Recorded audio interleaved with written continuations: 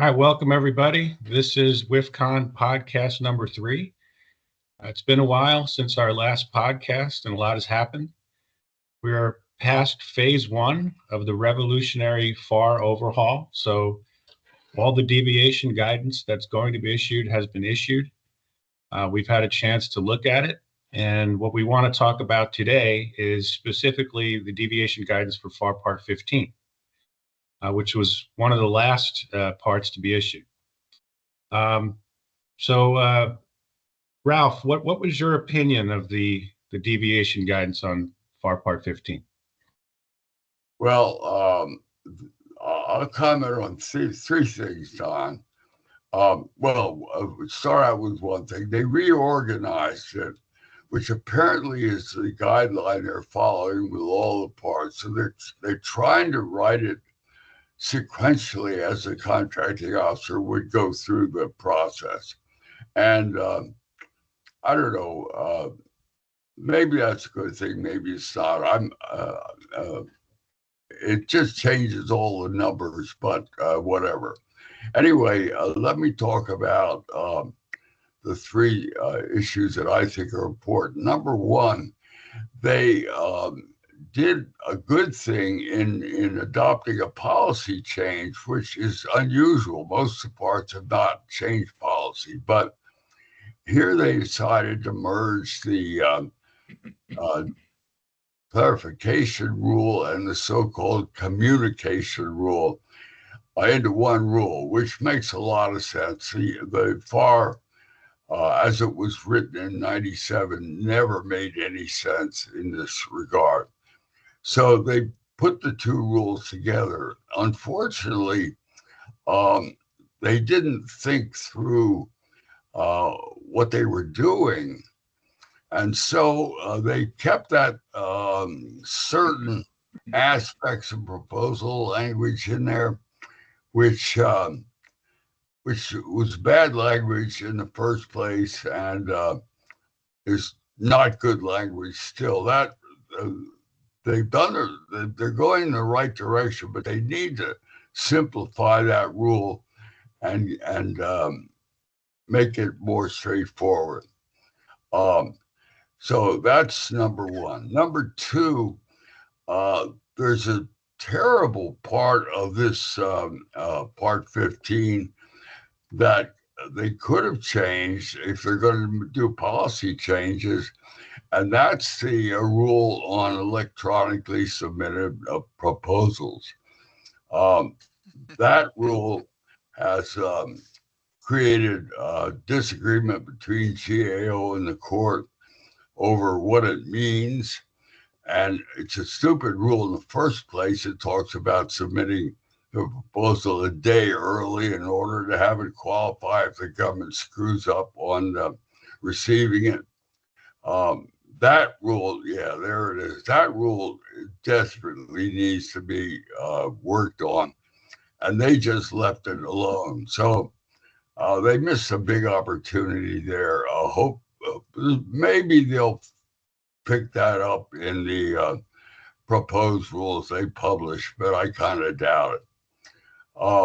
The third one, Don, is the oral presentation rule. They shortened that rule significantly, and I don't much like the way they wrote it. Yeah, there it is. They make it very bland, and unfortunately, they make it sound like you could just have somebody come up there and read their technical proposal, make their presentation, which would be a terrible way to do it. And they don't, in the rule, there's no mention of the need to have dialogue between the parties to really allow the government people to dig in and better understand what the contractor's capabilities are. Now, I looked at the practitioner's album on oral presentations to see what they put in the what presumably will be in the guidelines. And the practitioner's album has good information. It emphasizes the need for dialogue, and that so that I think is a step forward. The question then is how much can you rely on the companion buying guides or whatever to get people to understand what you want them to do, rather than putting it in the FAR. And I don't know what the answer to that is. If you put the two together now, they've done a really good job, better than the previous FAR. But you have to go to this other information to get the full picture. And just one comment, incidentally, on that.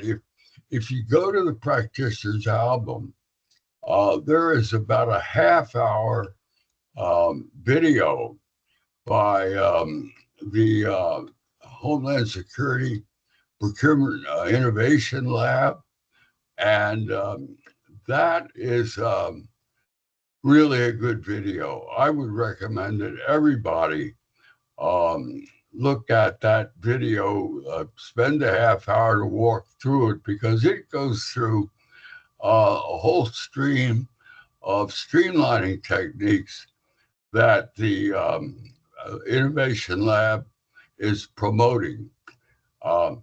So, you have to put the whole thing together, but to some extent, they're headed in the right direction, I think. Go ahead, Jim. Okay, thank you. First of all, I agree with everything Ralph said, which is not unusual. Part 15 has always been the most densely populated part, dense with the decisions of litigation, either from the GAO or the Court of Federal Claims. And I have a real worry about FAR Part 15 that it will create more confusion than any other part of the FAR, because what the rewrite has done is it has really tinkered with the building blocks. You have new definitions of what's a deficiency and what's a proposal revision, and they've added the word material. Is it material? So it's adding a lot more discretion and subjectivity. So we might see a lot more changes that are allowed to a proposal than we would before. And then they've eliminated the word discussions and put in the word negotiations. And as Ralph said, they've combined communications and clarifications, but clarifications have always been, especially in the GAO, extremely discretionary. And there are several problems with all of this tinkering. First, the new FAR Part 15 says, well, you'll have discussions with any responsible offerors. You don't make the responsibility determination that early. You normally make it right toward the end. So that will be a problem. Also, it indicates that you can have negotiations with somebody, and you don't have to have further negotiations with anyone else. Now, that's radically different from the traditional rule. If you had discussions with one, you had discussions with everybody. And if you had discussion again with someone, you had to open it for everyone else. So I'm not sure what the GAO and the judges are going to do with that. Related to that is the issue of competitive range. Competitive range used to be the most highly rated. Now what they've said is you have competitive range with those that the counting officer determines are best suited for further negotiation. What the heck does that mean? Okay, I'm concerned that obviously one of the goals of this rewrite has been to wipe out a lot of information and to give more discretion to the contracting officer. My concerns about that are, first, that undercuts one of the original purposes of the FAR, to make sure that things were uniform from one agency to another. Now, by giving so much discretion to individual contracting officers, it'll be totally different between the Agriculture Department and the Army, and within the Army from Forces Command, TRADOC, what have you. It will make it much more difficult for contractors to win protests or claims, because now very often you could say, well, the contracting officer is violated for 15306E or something like that, a regulation having the force and effect of law. Now, very often it will not be in the FAR. It will be in the buying guide, so there'll be much more discretion. Now, I'm sure a lot of contracting officers are thinking, wow, this is just great. But I think they should be careful what they're wishing for. Presently, if a contracting officer follows a mandate of a regulation having the force and effect of law, and the procurement turns into doo-doo, there's no one who can really justifiably criticize the contracting officer for following something that he or she has to follow.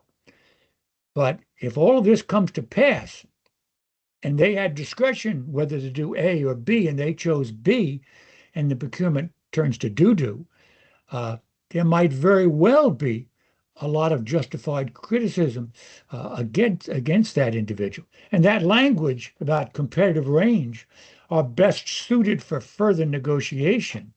I mean, that's an invitation to litigation. So there's a lot of confusion that's going to come out from this.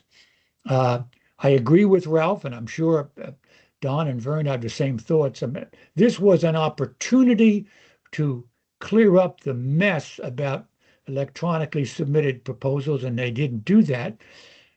I was hoping that they would take the requirements for enhanced debriefing, which right now only apply to the Defense Department, and apply that throughout the executive branch. Again, that was one of the purposes of the FAR, to make procurement practice uniform, and they simply have not done that. Let me see if there was anything else I wanted to talk about. Oh, and then one last thing. There is today a requirement that you have to discuss with someone adverse past performance information to which they previously have not had an opportunity to respond. But now, if that is in the clarifications, and clarifications are clearly discretionary, I don't think that's gonna fly anymore. There is no requirement. So I'm concerned that this has caused a lot of confusion, and we'll have a lot more case law about this. A lot of people will go to protest, and because the GAO and the Court of Federal Claims have not shown any interest in really merging their opinions, they're not bound by each other. I think we're going to be this will encourage litigation, but litigation for a good purpose. What the heck does this mean? What do you mean that is best suited for further negotiation? And with that, I'll shut up and turn it over to Vern. All right, thanks, Jim. Vern? Yeah. What we have to remember before we say anything else is what they were told to do. They weren't told to make the FAR more readable or understandable. They weren't told to improve the quality of it. That's not in the executive order, and it's not in the OMB guidance that was issued for implementation of the executive order. They were told to make it shorter. I haven't really checked to see if it's shorter. I think it probably is, not by much, but it probably is. But that's what they were told to do. What we're complaining about is the quality of the product. And the product specification did not say make it better. It just said make it shorter. Shorter would be better. Less complicated would be better. What's popping up here on the screen? Oh, you're looking to see if they made it shorter. Now, if we're talking FAR Part 15, they took out a little over 4,000 words. Yeah. Okay, so that's about a little shorter than the length of one of my pieces in the National Rabbinic Report, which is Right. usually about 3,000 words. So, so let's remember that rule. The goal was to make it shorter. Don, can you put up the draft deviation? Go to the table of contents. Now, let's take a look at this. As Ralph pointed out, they've reorganized it, and that requires a little understanding. FAR Part 15 is probably the most important single part of the 53 parts of the FAR, because it governs the award of the biggest and most complex contracts that the government enters into. If you wanted to see which part of the FAR has the biggest effect on obligations, it's 15. That's not to exclude the others, but it's just to say that it's the one part that probably accounts for more litigation, more everything than any other part of the FAR. Protest litigation, anyway. They begin, if you look at 15.002 types of negotiation, they begin by saying something very straightforward. There are two types of negotiation, competitive and non-competitive. Now, if you look at the FAR as it is today, not this overhaul, most of the text of the FAR is about competitive negotiation. They say almost nothing about non-competitive negotiation until you really get to 16.4 in the business about adequate price competition and truthful cost or pricing data. I mean, the FAR has basically two parts. Contractor selection and contract formation is part one. Contract pricing is part two. Most of the text of the FAR is devoted to contractor selection. The part that most affects most people on a day-to-day basis is the part on contractor selection, 15.1 through 15.3. Go back to the table of contents, Tom. Now, given that presentation, you would think that the FAR would be broken up into three parts. The three parts would be contractor selection, competitive contractor selection and contract formation, non-competitive negotiation, and contract pricing if you want.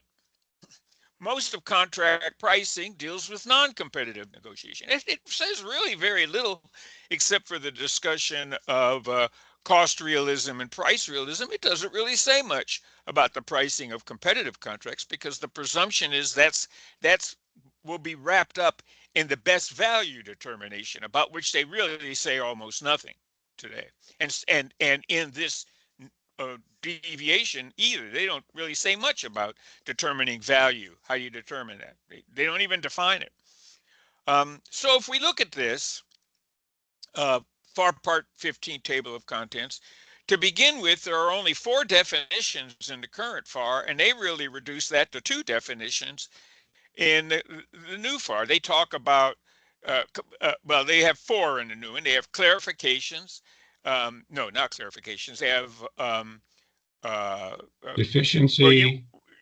deficiency, weakness, proposal revision, and proposal modification. That's all they say. My first complaint, if we're going to talk about the quality of the document, the first complaint is they don't have nearly enough definitions, and all the definitions should be in the definitions section, not scattered about throughout. So they should have a definition of competitive range, a definition of clarification, a definition of negotiation. Put all that up front. It's the first thing everybody sees.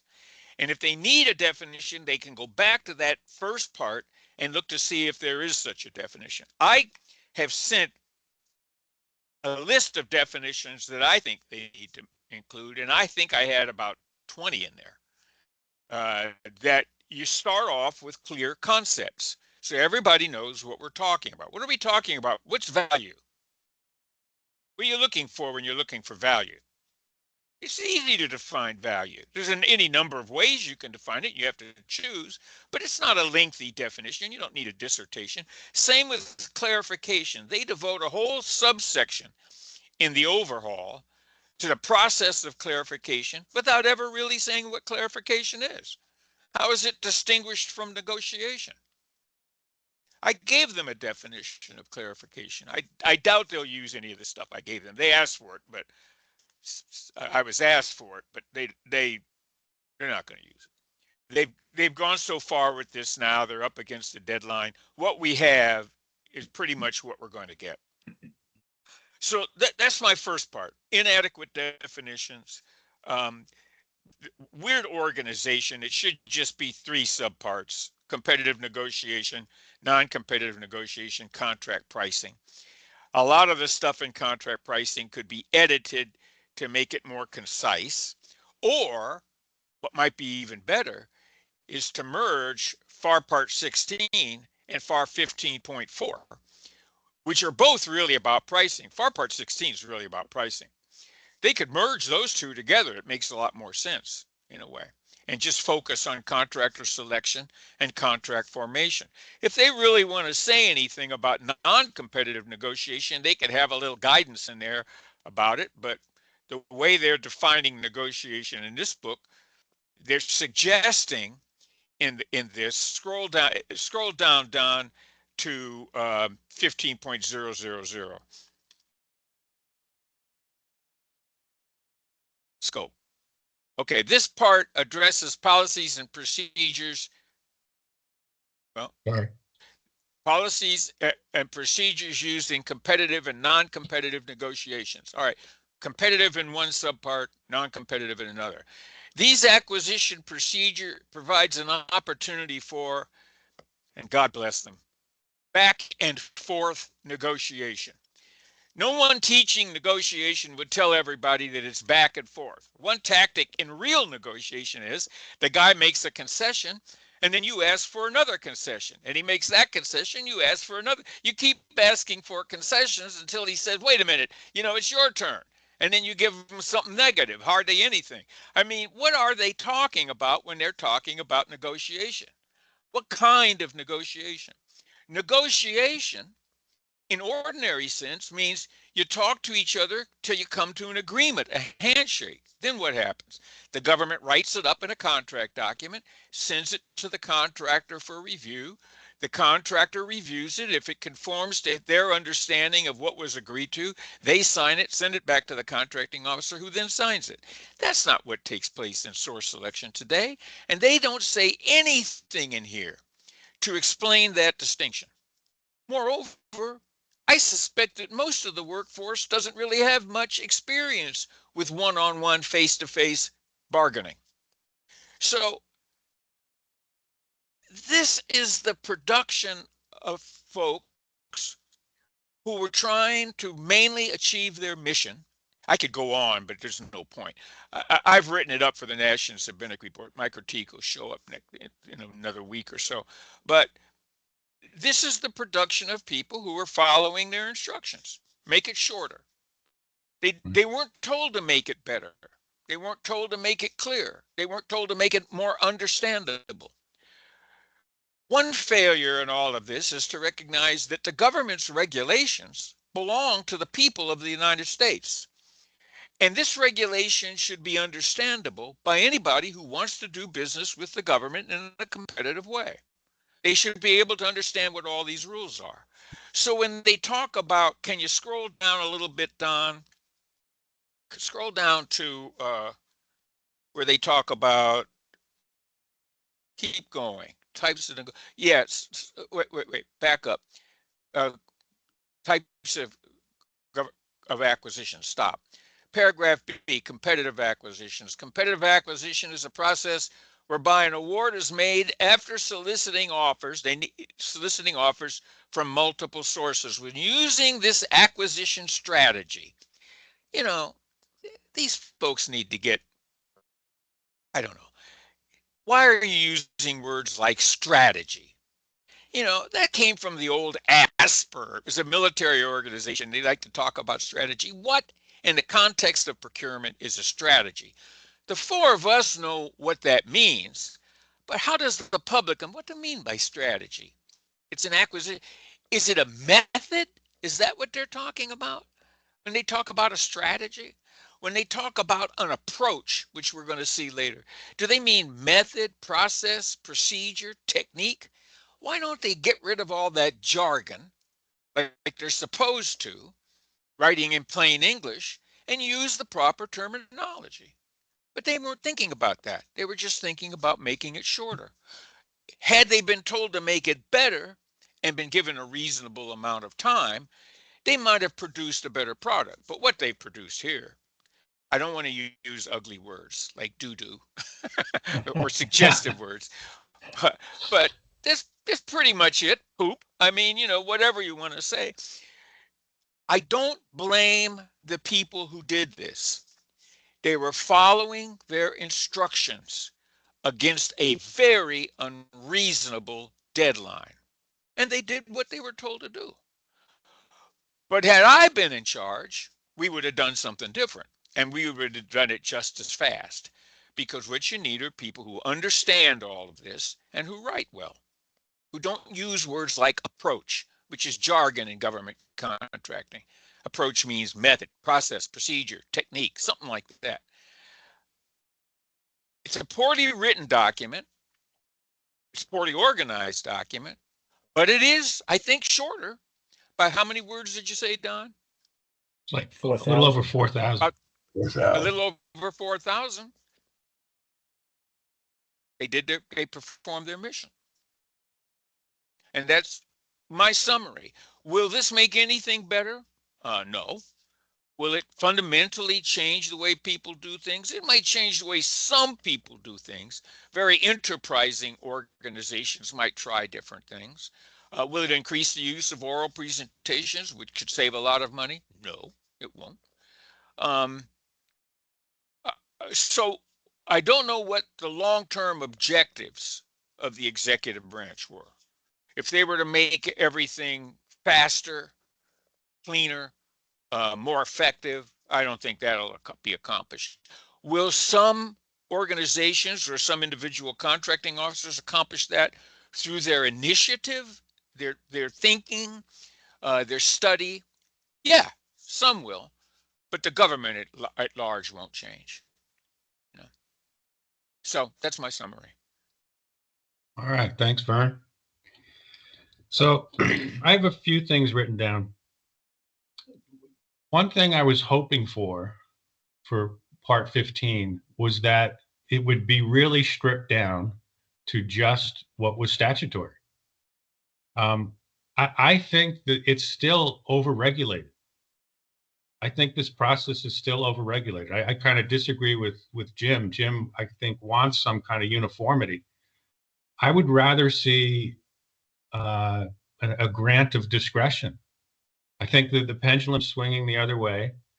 I think that the existing text breeds a lot of litigation, and I would prefer something that's just general guidelines than step-by-step rules. So we didn't get that. We didn't get the stripped down version I was hoping for. Now, having said that, there are some good things. I do like the deletion of communications. I always thought that was confusing, didn't add anything. I like how when they discussed clarifications, they broadened what clarifications could cover. So that it's not a change in what you can do under clarifications, but it's just kind of lets people know that, hey, you can do more than just correct minor clarifications, et cetera, or minor errors and things like that. So that's good. And I kind of think there is a brighter line now between clarifications and discussions. So as long as you're not revising the proposal, then you can call it clarifications. It's an exchange that doesn't involve a revision of a proposal.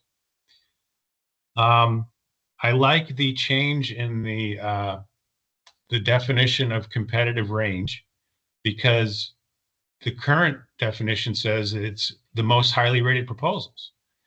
And I don't think that's accurate, because you could include a proposal that in the competitive range now that might not be the most highly rated, but if some changes were made, it would become highly rated.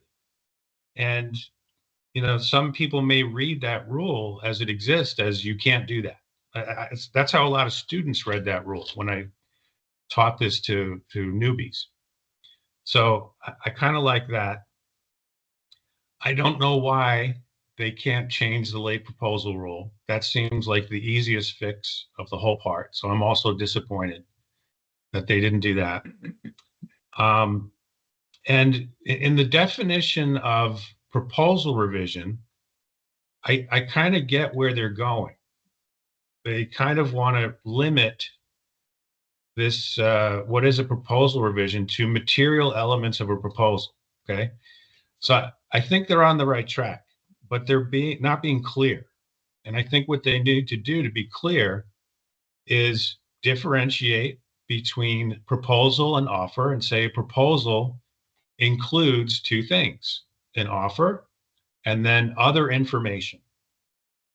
And a revision, the things that you can only do during discussions, should be revisions to the offer.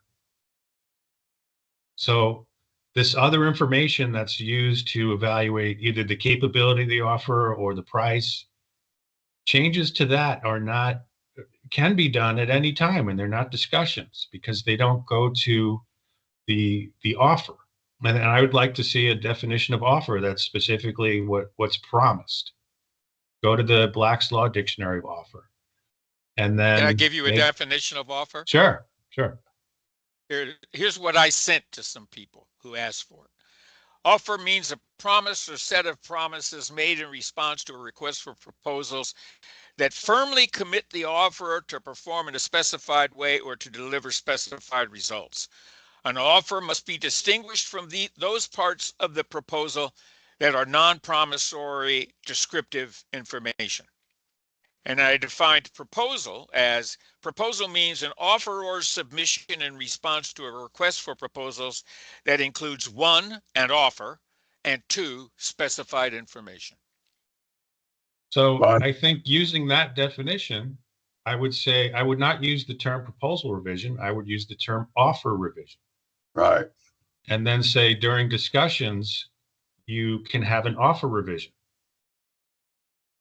Well, I've been beating that drum about offer and proposal.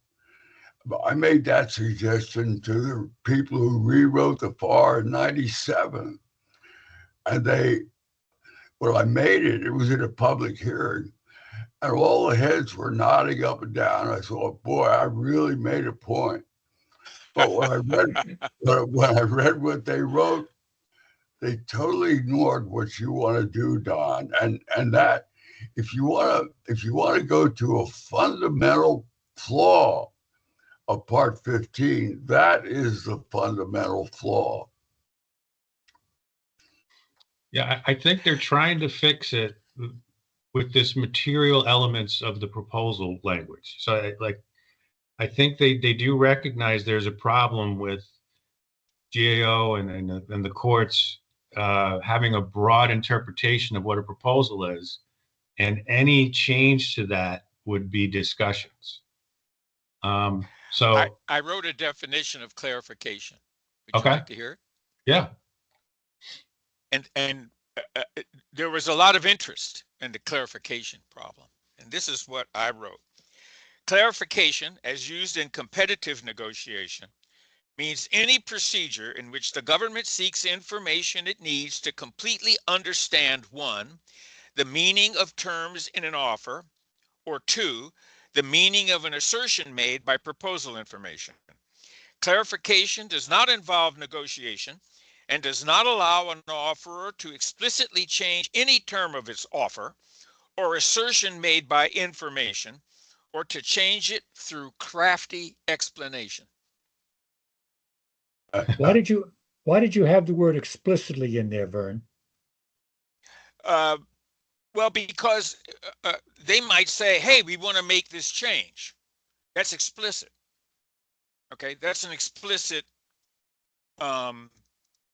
exchange. It's not clarification if they say, well, I see what you're saying. How about if I change this? That's not clarification. Now, here's how I define negotiation. Negotiation means bargaining. When used in a competitive negotiation, not back and forth or give and take, it means bargaining. Every intelligent person should understand what bargaining is. When used in a competitive negotiation, it means the process in which the government seeks better offer terms or better offeror qualifications from offerors in the competitive range than they initially proposed. I'm making a distinction between proposal and offer because they are proposing qualifications. And in which offerors in the competitive range may seek changes in the terms of the government's model contract. And I have a definition of model contract. In other words, if it's really negotiation, they should be able to say, well, if you take this out, I can give you this, right? Or if you alter this, I can give you this. But that's not the way the contracting officers typically think about it. What do they think of negotiation? You've got this deficiency. And what was I taught? Ralph probably was taught it too. I bet Jim was. Tell them what's wrong, but don't tell them how to fix it, because that's coaching. What they've got to understand is they can ask for specific changes. You got to change this to this. They've got to understand that. I'll keep reading. I'm just about done with this. It includes informing offers in the competitive range of deficiencies and weaknesses in their offers and in their qualifications. You got to have that because that's case law. And I guess we're stuck with that. It may result in amendment of the model contract and proposal preparation instructions. Clarification is not negotiation. So I have a definition that explains what clarification is, a definition that explains what negotiation is, and I make the point in both definitions that the one is not the other, does not include the other. Now, if you really want to free this up, you've got to train contracting officers who only do competitive procurements, who rarely sit down one-on-one and haggle away, throw cost information back and forth. You got to tell them, you've got to be trained in how to negotiate. And how after you've evaluated a proposal, set a set of negotiation objectives for each offer in the competitive range and then pursue those objectives. I got a question for you. All right, let's say a solicitation required the submission of a staffing plan. And the staffing plan is not going to be incorporated in the contract. It's used to evaluate capability. Okay. And the government, what the government received is not exactly what they asked for.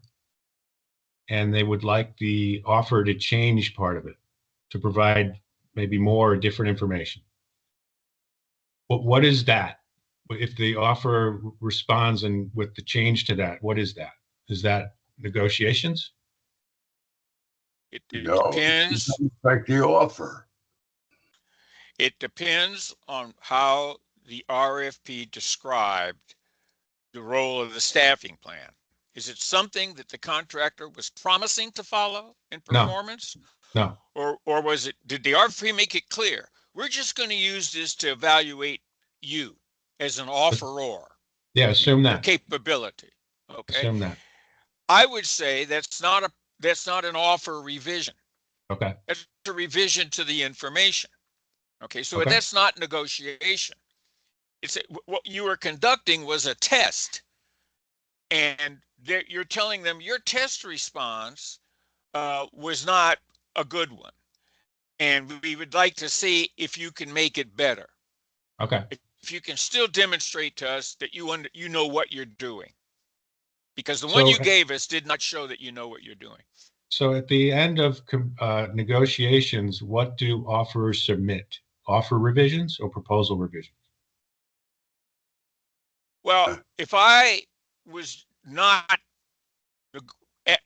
plan is not part of the offer, I don't see any reason for me to wait till negotiations to ask for that information.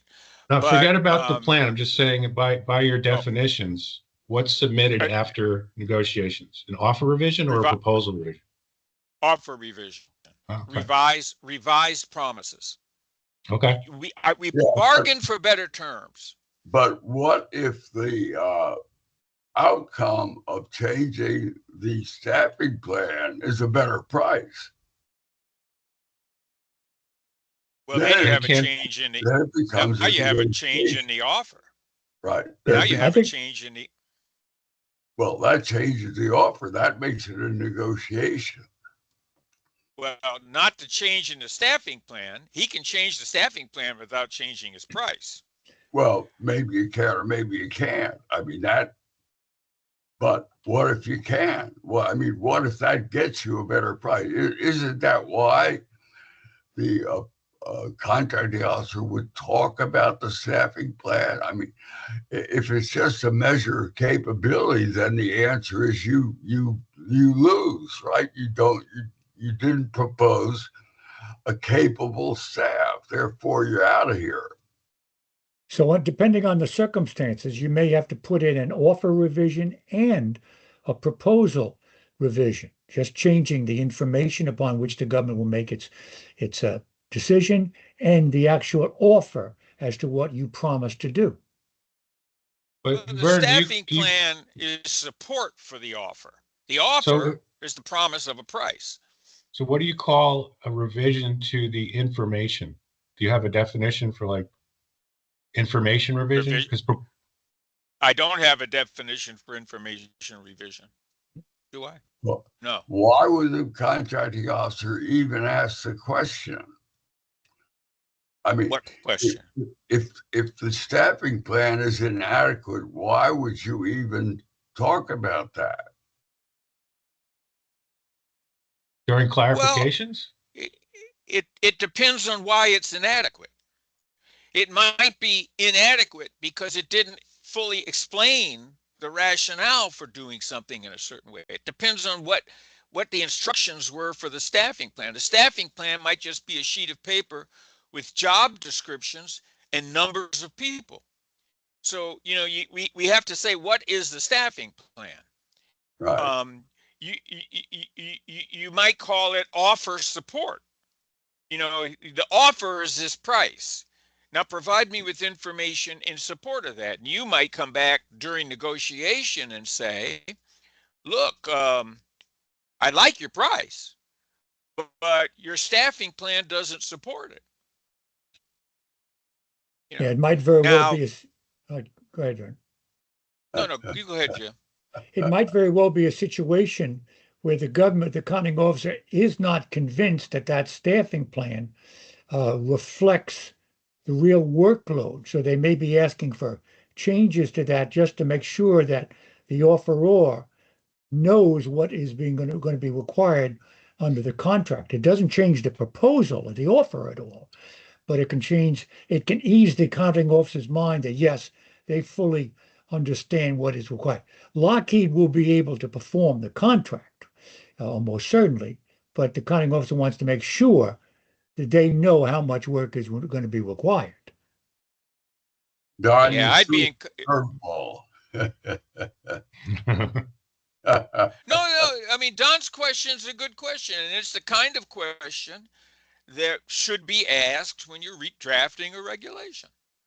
If the staffing plan's purpose is to show the contractor's intelligence when it comes to staffing, their wisdom in terms of staffing, if that's the goal, to see if they're competent, maybe Ralph's right. If the staffing plan is no good, you learned what you wanted to learn. They're not competent, and there's no reason to give them another chance. But discussing this, whether or not discussing the staffing plan is negotiation, it seems to me, depends on whether or not you're seeking a price change. If your negotiation objective is to get a better price, then maybe discussion of the staffing plan is part of the negotiation. Yeah. We have to ask ourselves why we're asking for the staffing plan. I mean, if my early training in contracting from the start, I didn't do source selections. I did one-on-one negotiations for major systems programs. And we would always ask for backup. This is how much you've got in here for direct labor. How'd you come up with that number? Well, I guess the answer to that would be their staffing plan. This is how long it's going to, this is what we have to do. This is how many people we have to do it. This is how long it's going to take. And the result of all that is that direct cost, you know? I guess So my original question, the staffing plan was incomplete. Like there was information missing. I don't see any reason why you couldn't ask. I have to think about that. I don't see any reason why you couldn't ask for more just information. If you're asking, if the result of that is asking for a different price, that's negotiation. Oh yeah, I understand that. Yeah. That would be material. Yeah. Yeah. Yeah. But you could ask, for example, are you guys going to have a systems engineer on this or something? That would be just a request for more information. More information. Yeah. Now, if you wanted a promise that they were going to have a systems engineer, that's a request for an offer revision if they didn't make such a promise. If I could just, that's a hard one, Don, because if you ask, I mean, if you, let's say you ask for a staffing plan of 5 key people and they leave one of them out completely, which I think is your question. Should you, I mean, they've proven to you that at least they can't read the RFP, right? They're incompetent in that regard. But are they also incapable of performing the contract because they left that person out? And should you help them prove that they are capable by allowing them to fill that gap? I mean, I think that's a hard problem. But if you believe that person is essential, why wouldn't you ask them to promise it? Why just a plan? I don't consider a plan a promise unless we incorporate it into the contract, which says you will have to do it this way. Well, Don's premise was it's not a promise, it's just capability information. Yep. Well, then that's like past performance. You can talk about it all you want, you know. There's no reason. But do you help him improve it? I think that's the hard problem. No. Yeah, I think that's a different question. Yeah. You help him. Yeah, if it's should you help somebody prove that they are capable when they haven't proven it when they submit their information in the proposal? Well, I think maybe what that we should proves judge is capability. I think the person responding to the RFP maybe is not capable, but I don't think that says anything about the people who are going to work on the contract. That's right. Yeah, but this is the type of problem we have all the time in performance-based contracting. Okay, I want this done. You know, I want this done. How you do it is up to you. But what you've told me so far, boy, I have a queasy feeling in my stomach with this staffing plan that you'll be able to do it within the time frame. So this type of question comes up all the time in performance-based contracting, not just services, but construction and supply even. But basically, they get downgraded because they haven't proven to you that they have the ability to do your job, right? Yeah. But you have the risk factor goes up. You don't generally help them improve what they've told you. In effect, the information they submit is a kind of a test, right? And basically, if they don't submit information that you believe is necessary or adequate or maybe just bad information, they failed the test. Exactly. That's the right way. I mean, I think we were all a little trapped by Don's idea of why you would ask them for that information if it was okay. So let's say the judge capability. The government's partially responsible for not being clear for what they want. I don't know. Just say it's a good reason. I guess it's just I wanted to test What exactly was a negotiation or clarification with that example? Well, this comes up all the time, Don, when an incumbent is bidding on the reprocurement. The government knows the incumbent can do the work, Right. but they put their B team on putting together the proposal. Right. And they come up with a sloppy staffing plan. Contracting officers all the time know, shoot, I want to make the award to Don. I know he can do the work, but he wrote us a lousy staffing plan. So let me clarify that, sort of nudge him in the right direction. Here's my definition of negotiation again. Negotiation means bargaining. When you use in a competitive negotiation, it means a process in which the government seeks better offer terms or better offer qualifications. So you ask for a staffing plan and they give you one and you find the plan to be inadequate. Now, if you're judging that, are you judging their ability to produce a plan? And do you want them to provide better qualifications in that regard? Your planning is crappy. Who was it, and who are you going to replace them with? That would be a negotiation. If you're just asking, if you judge from the plan that they were incapable of performing, then there's no. It's like Ralph said. It was really a test. You've learned what you wanted to learn. It's over. But wait a minute. Don't ask them for more information. Okay, but even though the staffing plan is not going to be part of the contract and it's not a promise, you would still say that's negotiation? Well, the way I described it, yes. The way I described it in that definition, if I want them to give me better qualifications, I want them to be better as a company and to show me how they'll be better. I consider that negotiation. You know, your planning is no good. I want better planning. I think that's a negotiation. It sounds like a clarification to me. Yeah, me too. But I understand it's how you define negotiation. Yeah, I wouldn't define it that way. Well, you're giving me reason to rethink my definition, to exclude the bit about offer qualifications and just focus on the offer. That's the kind of conversation we should have. Yeah, that's the kind of conversation we should have. About qualifications. I don't think, unless you're negotiating price. I mean, if you're negotiating price, then you got to say, you know, your price is unrealistically low in our opinion. I don't think you can do it for that. You know, give me a more realistic offer and let's see how you come out. That would be negotiation.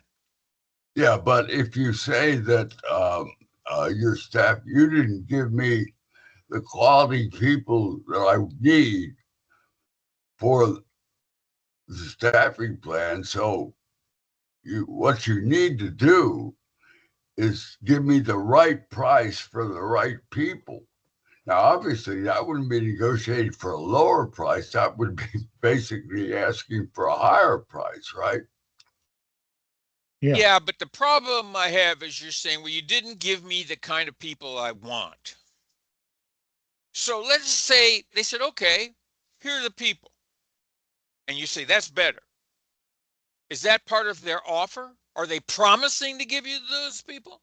No. Or is that just a way to attract you to give them the contract?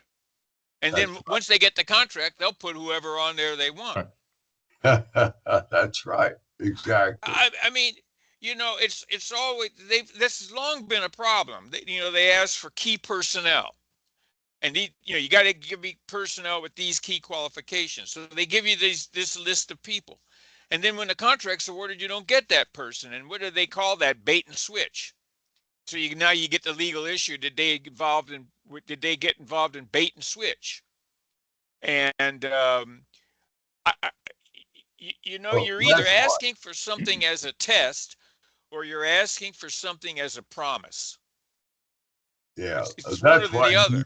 Key personnel clause, Vern. You make it a promise.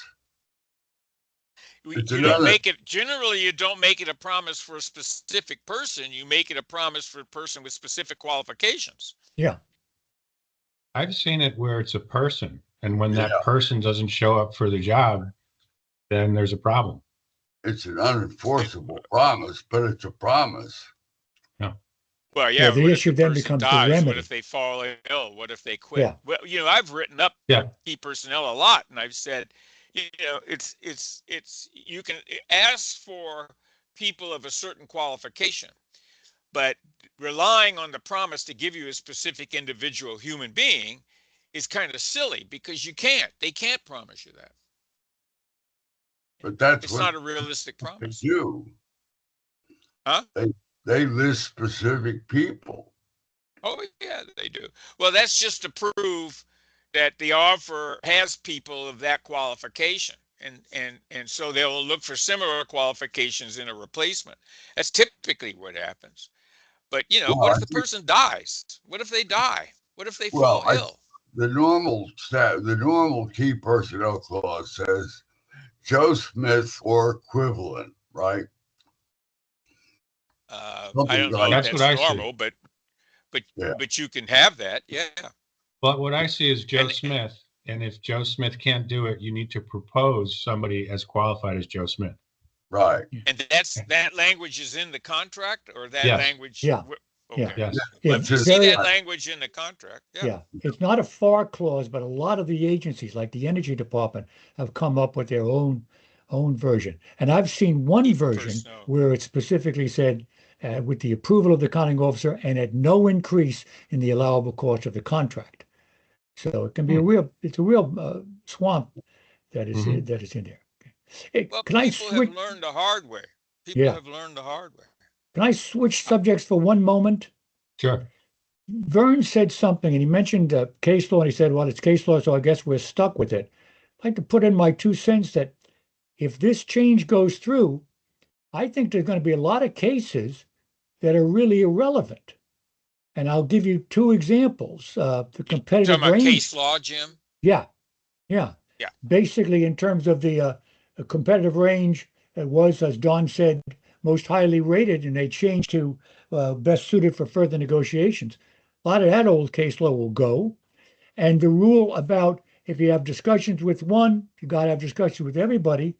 So now what they're going to be saying is having further negotiations with a particular offeror does not obligate accounting officers to have further negotiations with any other offerors. So that's going to put in jeopardy decades of case law. Well, Jim, So the the- way I interpret that is you do have to have negotiations with everybody, but like further negotiations would be not, it doesn't have to be had with everybody. Okay. Which is a Okay. big change Well, from what it is now. But word Well, further they- negotiations, the rule used to be that you conduct discussions and then declare discussions over and ask for a best and final offer. Now, let's say you're in the midst of conducting discussions and offeror A was scheduled for Monday, offeror B for Tuesday, etc. So you have discussions with offeror A on Monday and you feel we haven't finished them. So we want you to come back in on Friday and we'll continue that discussion. Is that reopening negotiations? I don't think so. It is a No, it's continuation not. of the existing one. There's But if no you- requirement for the negotiations to take place all in one session. Correct. So when you say further negotiations, what are you talking about? Right. What I'm talking about is The re- if I have discussions with the 3 of you, and then later on I decide, let me go back and have more discussions with Ralph, and I don't have discussions with Don or Vern. I am favoring Ralph. I Well, am coaching what if- Ralph. Okay. So now at what time do we all have the opportunity to submit our revision? After the first round? Oh, I see what you're saying. No, I would say the best practices, as Vern said, okay, discussions are over. All of you submit your proposal revisions. And then I go back to Ralph, and I only go back to Ralph. Old rule, that's an unlevel playing field.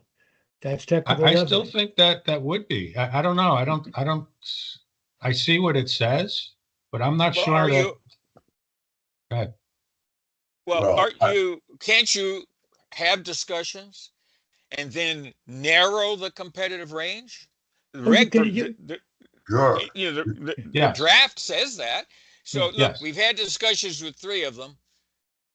C is out. They're just done. Yeah. So we're going to have, but we want to go back to A and B because they're the 2 contenders. Let's see how good we can make their proposal. So we go back to A and B. We leave C out. So Jim, is that what you're describing? well, I'm focused on the language in what they've just come out with. Having further negotiations with a particular offeror does not obligate counting officer to have further negotiations with any other offerors. That seems to me to be a change to what the case law had indicated. I can keep going back to Ralph to have further negotiations with Ralph, and I have no obligation under the new FAR to go back and have negotiations with Don or Vern. That I think the judges are going to have a hard time with. Unless you throw them out of the competitive range. If you throw that's the solution. Yeah. That's the solution. You can But get nobody will want to do that because you have to notify them. And give them a reason. The deadline. Right. You have to notify them that they're out of the competitive range, which Well, we've creates this, now a whole new problem of protest. This is possibilities. confusing language. It's going to really create problems. Yes. Can I It's really coming clear right now. here that kind of relates to this? They remember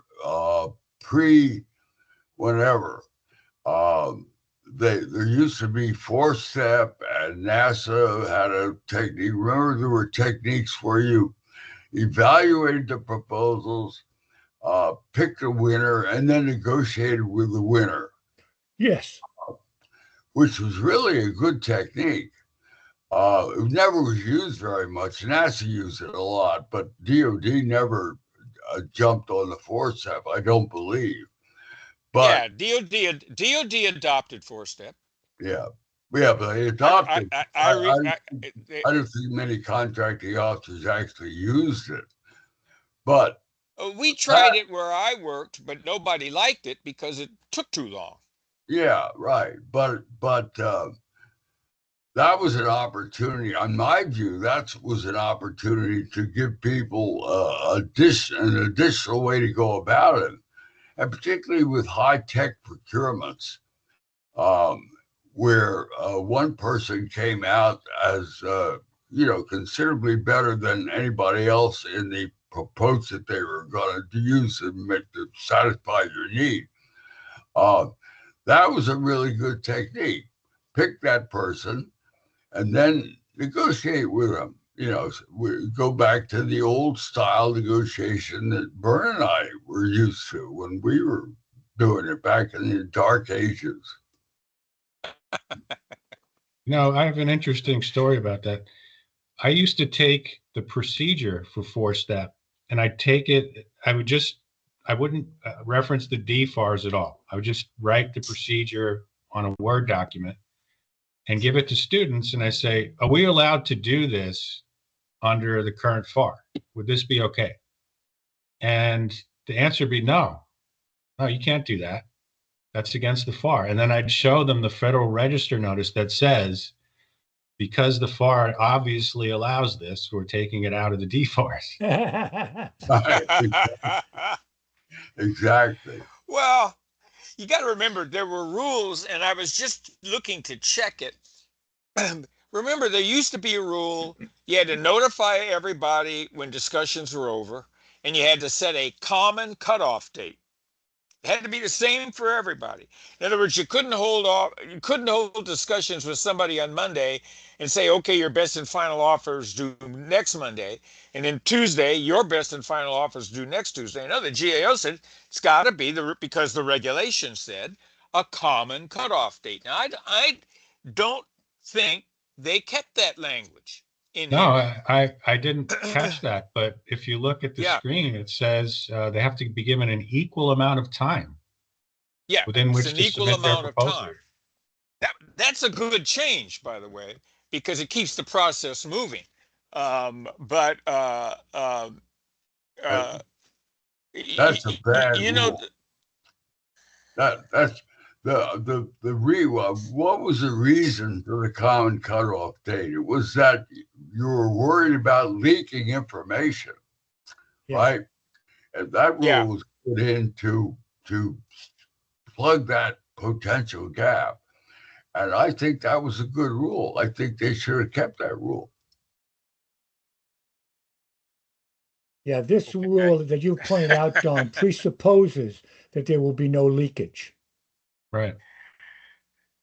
There'd be leakage anyway. I Yeah, mean, the common cutoff date doesn't prevent leakage. Is if you've got basically an unethical organization or an unethical person within an organization, they're violating the Procurement Integrity Act. What you're calling a leakage is a violation of the Procurement Integrity Act.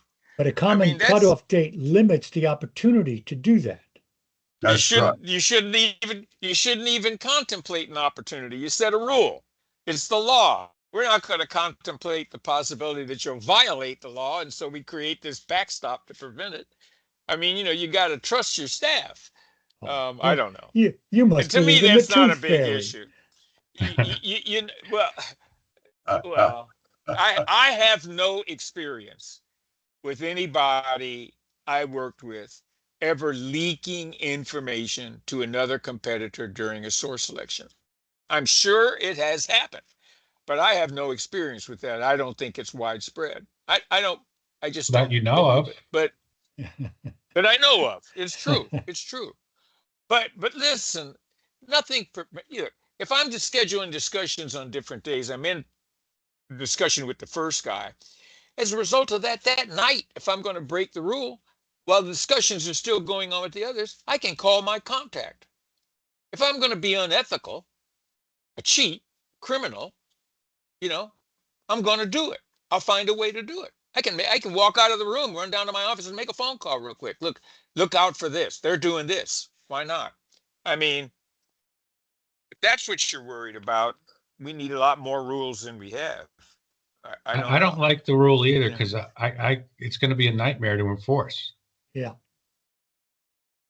Okay, well, that is funny because that didn't bother me at all when I read it. Hmm. I thought that was a nice feature because Like it keeps the when does it process end? going. Yeah, So, I guess. Well, you When, have your last discussion, and you give them the same amount of time you gave everybody else, and when that time has expired, that's the end. I mean, I don't know, more but at least opportunity to screw up. what I say is if I have discussions with offer A on Monday and your proposal is due the next Monday, I can put my evaluation team to work on that proposal while I'm still conducting discussions with the others. I'm shortening the schedule. I see. Why? I see what you're saying. I'm just worried, like in a protest, it's bad enough. When did you submit your proposal? Now it's going to be like, well, when did you end discussions? Well, the contracting officer has to document the file. Right. I mean, how hard can it be to document when you ended discussions with this? Discussions were concluded. I can send the guy a letter or a message. Discussions were concluded on this date and time. Your Hmm. your proposal is due on that date. What's hard about that? Yeah. Now, listen, if you're worried about people lying and cheating, we got a world of liars and cheaters. All of us on the internet are warned about this every day. I mean, you can't prevent that. Right. I think those are phony prophylactics, is what I think. It's just, but Jim and Ralph are lawyers. They have more experience maybe with that kind of thing than I do. I know people cheat, but I wouldn't write rules just to prevent it. The moment you start writing rules, you create cheaters. So Just get more creative. yeah. So we can disagree on a few things. yeah, yeah. What I hope the people who watch this get out of it is that if the four of us quibble and worry and aren't entirely clear, um, how's it going to be for everybody? Ralph and I have been writing about contractor selection for decades, literally. He's longer than me. and I've been writing about it for more than 30 years. We've both read thousands of cases, Jim too. This is a complicated area because the whole concept of competitive negotiation strikes me as wrong. I've written this before. The best procedure is the procedure for architect engineer selection. You evaluate people under, this is the real world in the private sector. You find a competent contractor, then you sit down, you discuss your needs together and tell him, send me an offer. You get the offer, you evaluate it, you say, let's sit down and talk. This business of conducting negotiations with everybody in a competitive range is just stupid. And where it comes from is the days when Congress, by the way, the term competitive range, does anybody know where it came from? Didn't come from Congress, came from DOD. And if you follow the early ASPR revisions on negotiating, you'll see what they were getting at. They wanted to keep the competition going, keep competitive pressure going as long as they could by keeping more than one in. They figured it was leverage. Why did they do that?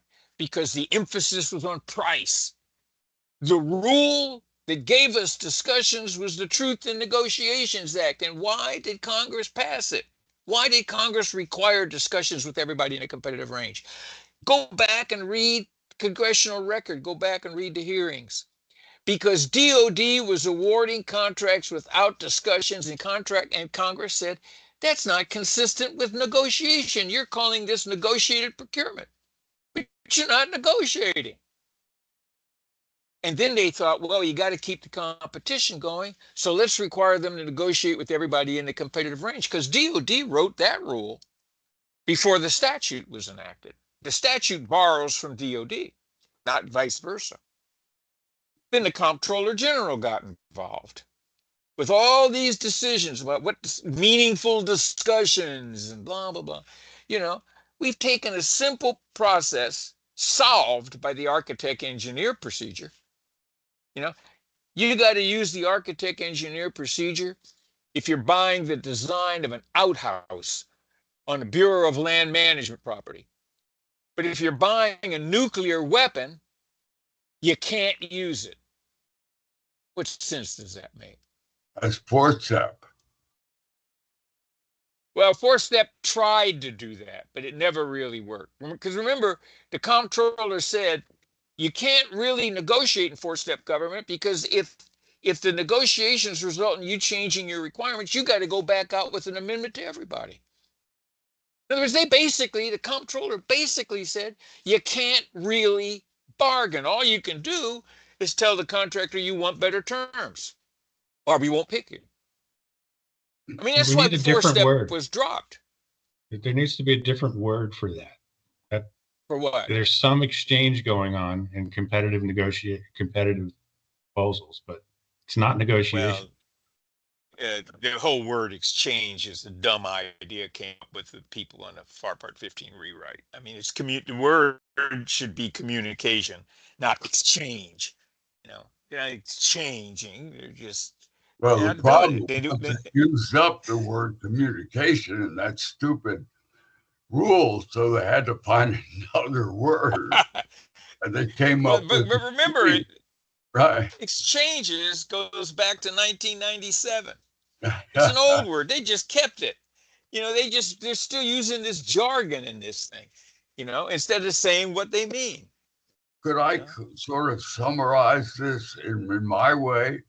Sure. A lot of our discussion has focused on a very straightforward issue, and that is, are you going to define offer and use the term offer properly rather than going to just the term proposal, which is not a usable word? And if they don't do that, then they can't do most of the things we've been talking about in a rational way. I agree to a point. I agree that was a critical change that needed to be made. But once you make that change, you've got to review all the rest of that source selection, contract formation rules, to be consistent with that thinking. That's right. And That's right. and I don't think the folks writing the remember, all they were trying to do was make this shorter, not better. Well, And they're hoping. We've been talking about making it better, not shorter, and that wasn't part of their goal, was to make it better. That wasn't their orders. No. So if it's better, it's by mistake. Well, I think I disagree with you guys. I think their orders were to make the FAR shorter and to streamline the process, because the executive order talks about how this is such a snarled process that this is developed into. So I think they were also trying to streamline the process. Now, they may not have succeeded in that, but I think that was also part of their marching orders. I don't think they've succeeded in streamlining the I don't process. either. I mean, I don't see any streamlining here at all. The only way you can streamline is you got to go to Congress and say, look, there's some old ideas, statutes like competitive range. That's just the irony is they said just keep the stuff that's in the statute. And one of the worst things in the statute is the competitive range, which they got from DOD. That goes back to the 1950s. You know, and the Truth and Negotiations Act wasn't enacted until 1962. Congress just borrowed that language.